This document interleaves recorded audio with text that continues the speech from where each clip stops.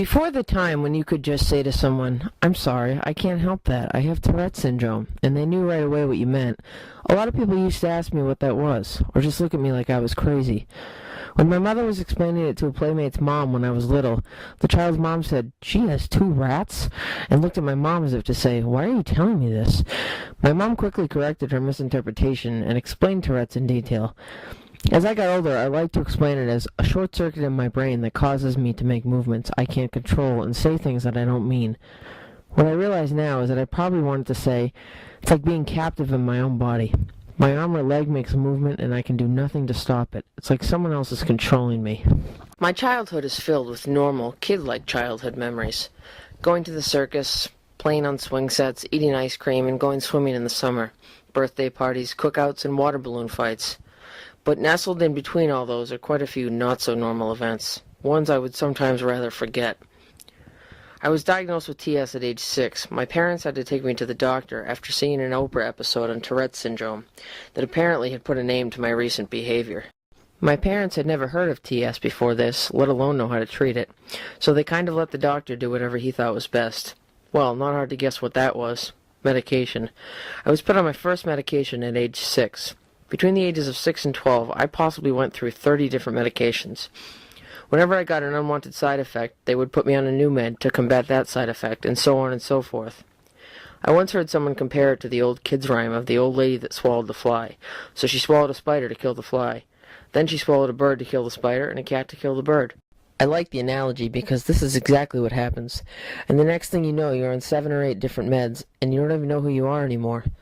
You were doing things that you normally wouldn't, thinking things that you normally wouldn't. I now realize I should have been stripped of all my meds at that time and reevaluated.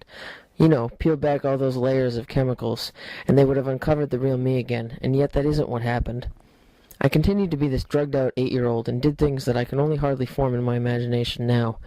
Tried to run my mom off the road, pulled her hair and punched her in the stomach, pulled out 6 of my teeth at once, tried to jump from a moving car. It hurts me to a deep point in my soul to even write that I did these things, because I know so well that I am not capable of any of those things and I would not hurt a fly.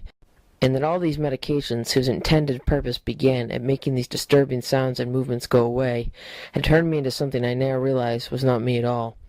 I do not blame anyone, especially my parents.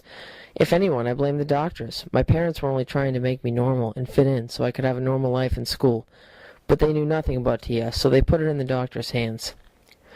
In 1997, I ended up being sent away to a school for children with behavioral problems. Thursday, November 20th, 1997. I will never ever forget that date. Finally, in June of 1999, with my medication and thus my behavior now stable, I was able to return home. To this day, I explain to people that that was not me during those few years of my life. I was not there, but buried under many, many layers of brain-altering medications. Being older and able to digest it all, I realized that much of my childhood memories after age 7 are not very clear, and I don't remember even some wonderful events, such as my first trip to Disney World. I seem to remember more and more as I get older, but it's hard to understand if I am really remembering, or am I just remembering the dozens of pictures and videos that make me think I actually remember the events.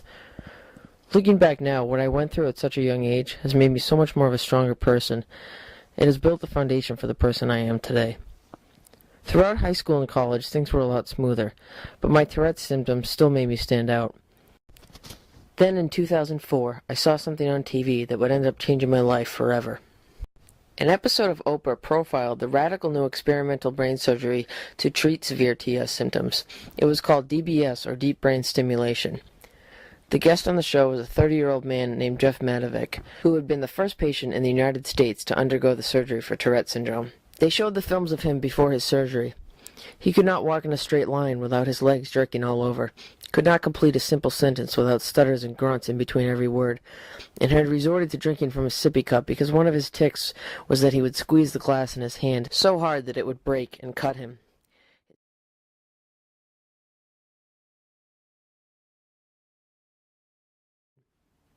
He then came out onto Oprah's stage months after having his surgery and had not one single tic during the entire interview. He appeared completely normal. I felt so happy for him, and yet at the end of the show I was crying, not because I was happy, but because I was sad. I'd never wanted what someone else had so badly in my entire life. that something being for my body to remember what it was like to be still. And at that point I was sure it would be decades before it could ever become a hope for me or for the rest of the TS population. Yet I decided to ask my neurologist about it anyway at our next appointment. He pretty much said what I thought he'd say, that the surgery was too new, not enough was known about it, and that insurance would never cover it at this point. For 2 years, every visit I asked the same question and got the same answer. That is until March of 2006, when he told me that 2 hospitals in the area had a lot of experience with DBS surgery and gave me a referral to one of them. The appointment was not till August. To me, it was still just a pipe dream. I have no idea how I managed to get to August, but it came. I went for my consult with the neurologist at Leahy Clinic, who was one of the nicest doctors I had ever met. After evaluating me, she said I had one of the worst cases of TS that she had ever seen, and told me I may just be a good candidate for the DBS. It was at that moment for me that the whole thing turned from some pipe dream that I had once seen on TV into a possibility.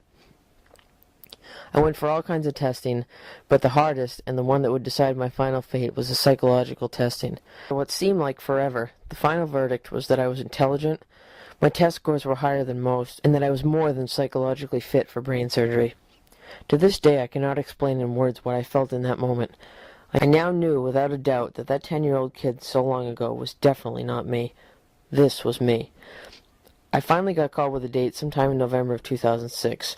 The date was 5 days before Christmas. It was still not real to me that this radical, experimental procedure that had just been some guy on Oprah that I would never get to be like up until now was going to be me.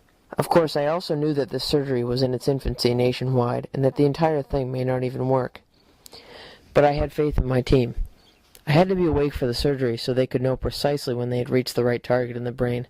So there I was, fully awake, with my skull open in an operating room, with probably over 10 students, interns, nurses, and neurosurgeons cracking jokes with the guy who was inside my brain. We were talking a lot of the time, and the remainder of the time I had to perform tasks like blinking and moving certain parts of my body when asked. I was discharged just 2 days after the operation. I remember sitting in a wheelchair in the lobby of the hospital waiting for the car, and someone was playing Christmas music on the piano. Christmas was in just 3 days, but I didn't really care. I had already received the most amazing Christmas gift I would probably ever get in my life. It has now been more than 4 years since the surgery, and there's not a day that goes by that I am not grateful for what was done for me. I know there are so many people out there dealing with the everyday struggles of TS, and they did not get this incredible opportunity. Although I try to forget my life in constant motion, I can never completely forget what it was like, and I don't think I should. TS and all the trouble that has come with it has shaped me into the person I am today, and has also made me appreciate the things that most people take for granted or don't even think about. But most of all, knowing what it is like to stick out and not being able to just blend in, and sometimes that can be the loneliest, most helpless feeling of all. These are things that I will never, ever take for granted again as long as I live. I'm coming home, tell the world I'm coming home. Let the rain wash away all the pain of yesterday. I know my kingdom awaits, and they've forgiven